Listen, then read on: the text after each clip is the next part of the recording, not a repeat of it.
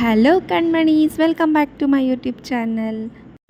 ನನ್ನೆಲ್ಲ ಕಣ್ಮಣೀಸ್ಗೂ ನಿಮ್ಮ ಕಣ್ಮಣಿಯಿಂದ ಮಹಾಶಿವರಾತ್ರಿಯ ಶುಭಾಶಯಗಳು. ಹಬ್ಬಕ್ಕೆ 30 ಮಿನಿಟ್ಸಲ್ಲೇ ಪಟ್ಟಂತ ಮಾಡೋವಂತಹ ಖಾರ ಪೊಂಗಲ್, ಸಿಹಿ ಪೊಂಗಲ್ ಮಾಡಿದೆ. ಅದು ಹೇಗೆ ಮಾಡಿದೆ ಅಂತ ನಿಮ್ಮ ಹತ್ರ ಶೇರ್ ಮಾಡ್ಕೊಳ್ತೀನಿ. ಆ ಶಿವನ ಆಶೀರ್ವಾದ ನಮ್ಮೆಲ್ಲ ಕಣ್ಮಣೀಸ್ಗೂ ಇರಲಿ ಅಂತ ಕೇಳ್ಕೊಳ್ತಾ ಅಡುಗೆ ಸ್ಟಾರ್ಟ್ ಮಾಡೋಣ ಬನ್ನಿ. ಸ್ಟವ್ ಆನ್ ಮಾಡಿಕೊಂಡು ಒಂದು ಬಾಣಲಿ ಇಟ್ಟೆ. ಅದಕ್ಕೆ 1 ಲೋಟದಷ್ಟು ಅಕ್ಕಿ, 1 ಲೋಟದಷ್ಟು ಹೆಸರುಬೇಳೆ ಹಾಕಿ ಚೆನ್ನಾಗಿ ಫ್ರೈ ಮಾಡ್ಕೋಬೇಕು. ಈ ಥರ ಫ್ರೈ ಮಾಡ್ಕೊಳ್ಳೋದ್ರಿಂದ ಪೊಂಗಲ್ ತುಂಬ ಟೇಸ್ಟಿಯಾಗಿ ಬರುತ್ತೆ. ನೀವು ಟ್ರೈ ಮಾಡಿ. ಮೀಡಿಯಮ್ ಫ್ಲೇಮಲ್ಲಿ ಉರಿ ಇಟ್ಕೊಂಡು ಫ್ರೈ ಮಾಡಿ. ತುಂಬ ಉರಿ ಇಟ್ಟರೆ ತುಂಬ ಬೇಗ ಕಪ್ಪಾಗಿಬಿಡುತ್ತೆ. ಹಾಗೆ ಕೈ ಆಡಿಸ್ತಾ ಇರಬೇಕು. ಚೆನ್ನಾಗಿ ಫ್ರೈ ಆದಮೇಲೆ ಈಗ ಚೆನ್ನಾಗಿ ಫ್ರೈ ಮಾಡಿಟ್ಕೊಂಡಿದ್ದೀನಿ. ಈಗ ನೆಕ್ಸ್ಟು ಒಂದು ಪಾತ್ರೆ ತೊಗೊಂಡು ಅದಕ್ಕೆ 1 ಬಟ್ಲಷ್ಟು ಬೆಲ್ಲದ ಪುಡಿ ನಾನು ಹಾಕ್ತಾಯಿದ್ದೀನಿ. ಅದಕ್ಕೆ ಅದೇ ಅಳತೆಯ 1 ಬಟ್ಲಷ್ಟು ನೀರನ್ನ ಅದಕ್ಕೆ ಆ್ಯಡ್ ಮಾಡ್ತೀನಿ. ಯಾಕೆ ಅಂದರೆ ಸಿಹಿ ಪೊಂಗಲ್ಗೆ ಸ್ವೀಟ್ನೆಸ್ಗೋಸ್ಕರ ಇಲ್ಲಿ ಬೆಲ್ಲ ಬಳಸ್ತಾ ಇದ್ದೀನಿ, ಸಕ್ಕರೆ ಬಳಸ್ತಾ ಇಲ್ಲ. ಸೊ ಇದು ಸ್ವಲ್ಪ ತಿಳಿ ಪಾಕ ಆಗಬೇಕು. ಸೊ ಒಲೆ ಮೇಲೆ ಇಟ್ಟು ಸ್ವಲ್ಪ ಕಾಯಿಸ್ತೀನಿ. ಒಂದು ಕಡೆ ಪಾಕ ಆಗಲಿ. ಈಗ ನಾನು ಅಳತೆ ಯಾವ ಲೋಟದಲ್ಲಿ ತೊಗೊಂಡಿದ್ದೀನಿ ಅಂತ ತೋರಿಸ್ತೀನಿ. ಈ ಅಳತೆಯಲ್ಲಿ ನಾನು 1 ಲೋಟ ಅಕ್ಕಿ, 1 ಲೋಟ ಹೆಸರುಬೇಳೆ ಹಾಕಿ ನಾನು ಫ್ರೈ ಮಾಡ್ಕೊಂಡಿರೋದು. ಈಗ ನಾನೇನು ಫ್ರೈ ಮಾಡಿಟ್ಕೊಂಡಿದ್ದೀನಲ್ಲ ಹೆಸರುಬೇಳೆ ಅಕ್ಕಿನ, ಈಗ ಅದನ್ನು ಕುಕ್ಕರಲ್ಲಿ ಹಾಕಿ ಈಗ ಒಂದು ಅಳತೆ ಏನು ತೊಗೊಂಡಿದ್ದೀವೋ 1 ಲೋಟ ಅಕ್ಕಿ, 1 ಲೋಟ ಹೆಸರುಬೇಳೆ, ಅದ್ರ ಡಬಲ್ ಅಷ್ಟು ನೀರನ್ನ ನಾನು ಆ್ಯಡ್ ಮಾಡ್ತೀನಿ. ಅದಲ್ಲದೆ 1 ಲೋಟ ನಾನು ಅದೇ ಅಳತೆಯ ಹಾಲು ಕೂಡ ಮಿಕ್ಸ್ ಮಾಡ್ತೀನಿ. ಇದರಿಂದ ಒಂದು ಸ್ವಲ್ಪ ಟೇಸ್ಟ್ ಚೇಂಜ್ ಇರುತ್ತೆ. ಸೊ ಚೆನ್ನಾಗಿ ಮಿಕ್ಸ್ ಮಾಡಿ ಈಗ ಲಿಡ್ ಕ್ಲೋಸ್ ಮಾಡಿ 3 ವಿಷಲ್ನ ನಾನು ಕೂಗಿಸ್ತೀನಿ.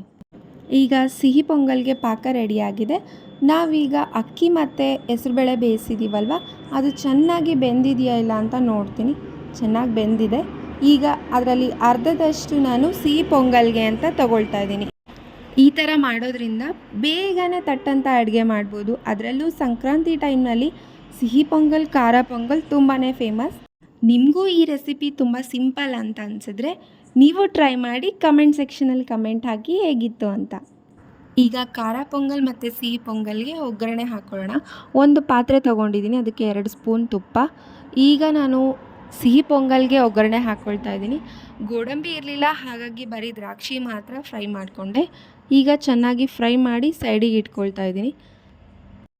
ಈಗ ಅಕ್ಕಿ ಮತ್ತು ಹೆಸರುಬೇಳೆ ಬೇಯಿಸಿಟ್ಕೊಂಡಂತಹ ಪ್ಯಾನ್ನ ಸ್ಟವ್ ಮೇಲಿಟ್ಟು 1 ಲೋಟದಷ್ಟು ನೀರು ಹಾಕಿ ಅದಕ್ಕೆ ಪಾಕ ಮಾಡಿಟ್ಕೊಂಡಂತಹ ಬೆಲ್ಲದ ಪಾಕನೂ ಸೇರಿಸ್ದೆ.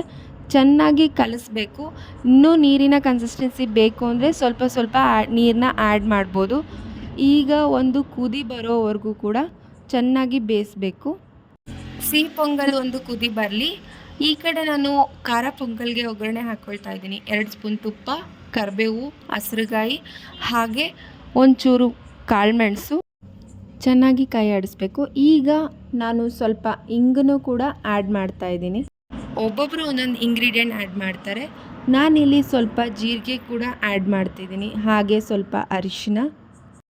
ಒಗ್ಗರಣೆ ಹಾಕಿದ ನಂತರ ಅಕ್ಕಿ ಮತ್ತು ಹೆಸರುಬೇಳೆ ಬೇಯಿಸಿಟ್ಕೊಂಡಿರೋದನ್ನ ಒಗ್ಗರಣೆಗೆ ಹಾಕಿ ಕಲಸಿ ಮತ್ತೆ ನಾನು ಕುಕ್ಕರ್ಗೆ ಅದನ್ನು ಟ್ರಾನ್ಸ್ಫರ್ ಮಾಡಿದೆ.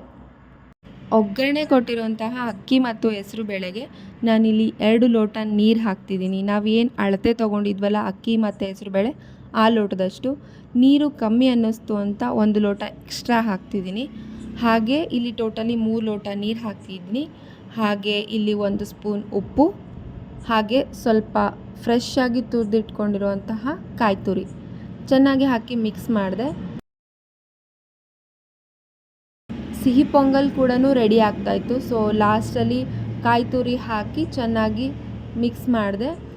ಸಿಹಿ ಪೊಂಗಲ್ ಇನ್ನೇನು ರೆಡಿ ಆಗ್ತಾಯಿದೆ. ಲಾಸ್ಟಲ್ಲಿ ನಾವು ತುಪ್ಪದಲ್ಲಿ ಹುರಿದಿಟ್ಕೊಂಡಿರುವಂತಹ ದ್ರಾಕ್ಷಿ ಹಾಕ್ತಾಯಿದ್ದೀನಿ. ಗೋಡಂಬಿ ಇದ್ದರೆ ಮಿಸ್ ಮಾಡಬೇಡಿ. ಲಾಸ್ಟಲ್ಲಿ ಸ್ವಲ್ಪ ಏಲಕ್ಕಿ. ಸಿಹಿ ಪೊಂಗಲ್ ರೆಡಿ. 30 ನಿಮಿಷದಲ್ಲಿ ತಟ್ಟಂತ ಈ ಕಡೆ ಸಿಹಿ ಪೊಂಗಲ್ ಕೂಡ ಮಾಡ್ಬೋದು, ಖಾರ ಪೊಂಗಲ್ ಕೂಡ ಮಾಡ್ಬೋದು. ಖಾರ ಪೊಂಗಲ್ಲು ರೆಡಿ ಆಗಿದೆ, ಒಂದು ಕುದಿನೂ ಕೂಡ ಬಂದಿದೆ. ಲಾಸ್ಟಲ್ಲಿ ನಾನು ಕೊತ್ತಂಬರಿ ಸೊಪ್ಪು ಆ್ಯಡ್ ಮಾಡ್ತಾಯಿದ್ದೀನಿ. ತುಂಬಾ ಚೆನ್ನಾಗಿರುತ್ತೆ.